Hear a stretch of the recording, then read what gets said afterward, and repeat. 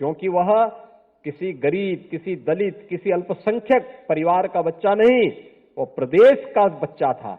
लेकिन उस प्रदेश के बच्चे के बारे में पिछली सरकारें नहीं सोचती थी। हमने सोचा, हमने संवेदना दिखाई, मोदी जी ने संवेदना दिखाई। आज वे सभी बच्चे पूर्वी उत्तर प्रदेश में सुरक्षित हैं और मस्तिष्क ज्वर जैसी बीमारी पूरी तरह समाप्त हो गई।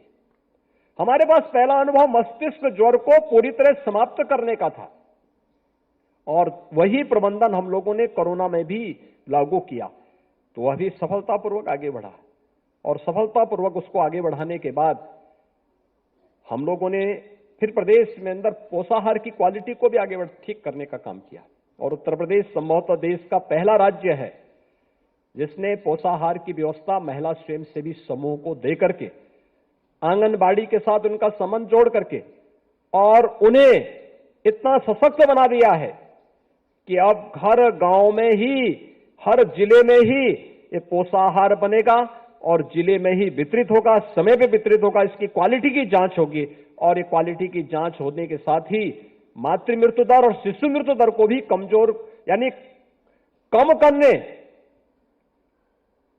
नेशनल एवरेज के समान लाने में हमें सफलता प्राप्त हो रही है। काफी पिछले 4 वर्ष के जो आंकड़े हैं ये बहुत अच्छा उदाहरण प्रस्तुत करते हैं। लेकिन साथ साथ हम लोगों ने प्रदेश के अंदर इसके माध्यम से प्रदेश की जो छवि पर असर पड़ता था उसको भी सुधारने में हमने काफी मदद की, हमें मदद मिली है। और आज जब हम लोग इस अवसर पर यहां पर आए हैं, मुझे बताते हुए प्रसन्नता है, आज यहां पर कई आंगनबाड़ी केंद्रों के स्वयं के भवन भी बने हैं। हम सब जानते हैं कि नई शिक्षा नीति, जो राष्ट्रीय शिक्षा नीति 2020 में प्रधानमंत्री मोदी जी ने लागू की है, पहले होता क्या था कि बच्चे को जब 5 साल तक इंतजार किया जाता था, जब 5 साल का होगा तभी उसका बेसिक शिक्षा स्कूल में नाम लिखाया जाता था, 5 साल के पहले नहीं लिखाया जाता था। अब बुनियादी शिक्षा के लिए 3 से 5 वर्ष के बच्चों को भी नामांकन होगा और उसकी बुनियादी शिक्षा की पहली पाठशाला होगी हमारा आंगनबाड़ी केंद्र, और आंगनबाड़ी केंद्र को इसके साथ जोड़ने का एक अवसर जो प्राप्त हुआ है।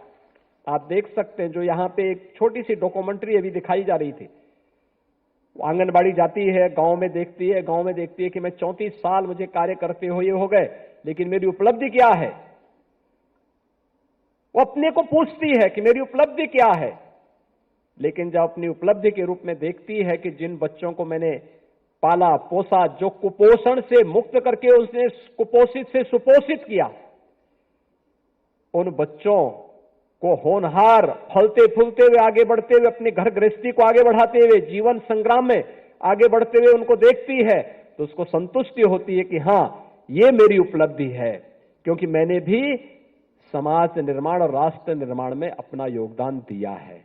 और समाज निर्माण और राष्ट्र निर्माण में यही आपकी भूमिका है, जिस भूमिका के लिए आपको लोग इतना सम्मान देने का कार्य कर रहे हैं। देखिए, जो कार्य करेगा उसको सम्मान मिलेगा, जो केवल एक तरफा बोलेगा, करेगा कुछ नहीं, उसको समाज कभी सम्मान नहीं देगा, कभी नहीं देगा। आप देखे होंगे 2017 के पहले आपके प्रति समाज का नजरिया क्या था और 2017 के बाद वो नजरिया बदलने में कितनी मदद मिली है। जब भी मेरे पास आंगनबाड़ी से जुड़े हुए, यूनियन से जुड़े हुए पदाधिकारी आते थे, क्योंकि मैं मिलता था, मैं उनसे मिल लेता था। मुझे बहुत बार बोलते थे लोग, अरे साहब आप आंगनबाड़ी के नेताओं से मिलते हैं। तो मैंने कहा, प्रदेश के नागरिक हैं वो, उनको भी अपनी बात कहने का अधिकार होना चाहिए, मुझे उनकी बात सुननी चाहिए। मैं विभाग के साथ फिर संवाद बना करके बोलूंगा कि भाई इनकी समस्या का समाधान होना चाहिए।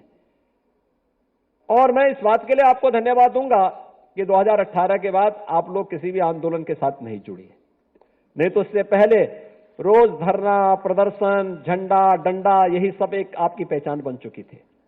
लेकिन 2017-18 के बाद मैंने देखा कितना परिवर्तन हुआ और उसका परिणाम अभी मैं देख रहा था। भारत सरकार के जो स्वास्थ्य इंडेक्स निकले, उसके जो आंकड़े निकले हैं, उत्तर प्रदेश की रैंकिंग में बहुत सुधार हुआ है, काफी सुधार हुआ है।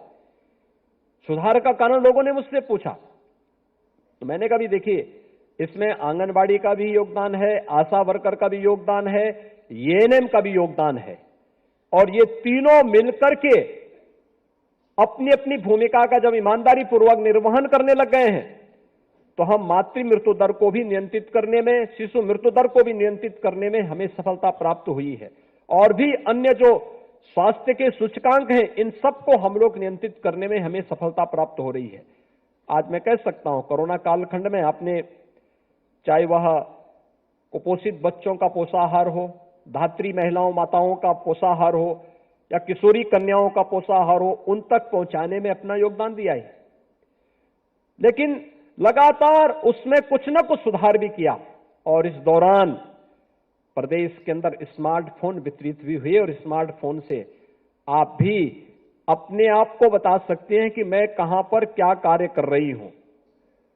अब जो अलग अलग रजिस्टर भरने की एक प्रक्रिया थी, तमाम प्रकार की औपचारिकताएं थी, मोदी जी जिस बात को लेकर कहते हैं कि तकनीक का उपयोग हमारे जीवन को और भी सरल कर सकता है, और उस तकनीक ने आपके कार्य को और भी सरल किया है और आपके सम्मान में अभिवृद्धि भी की है। और आज उन्हीं सब बातों को लेकर के पिछले दिनों हम लोगों ने स्मार्टफोन वितरण के कार्यक्रम को यहां पे आगे बढ़ाया। ग्रोथ मॉनिटरिंग डिवाइस का वितरण भी यहां पर किया था।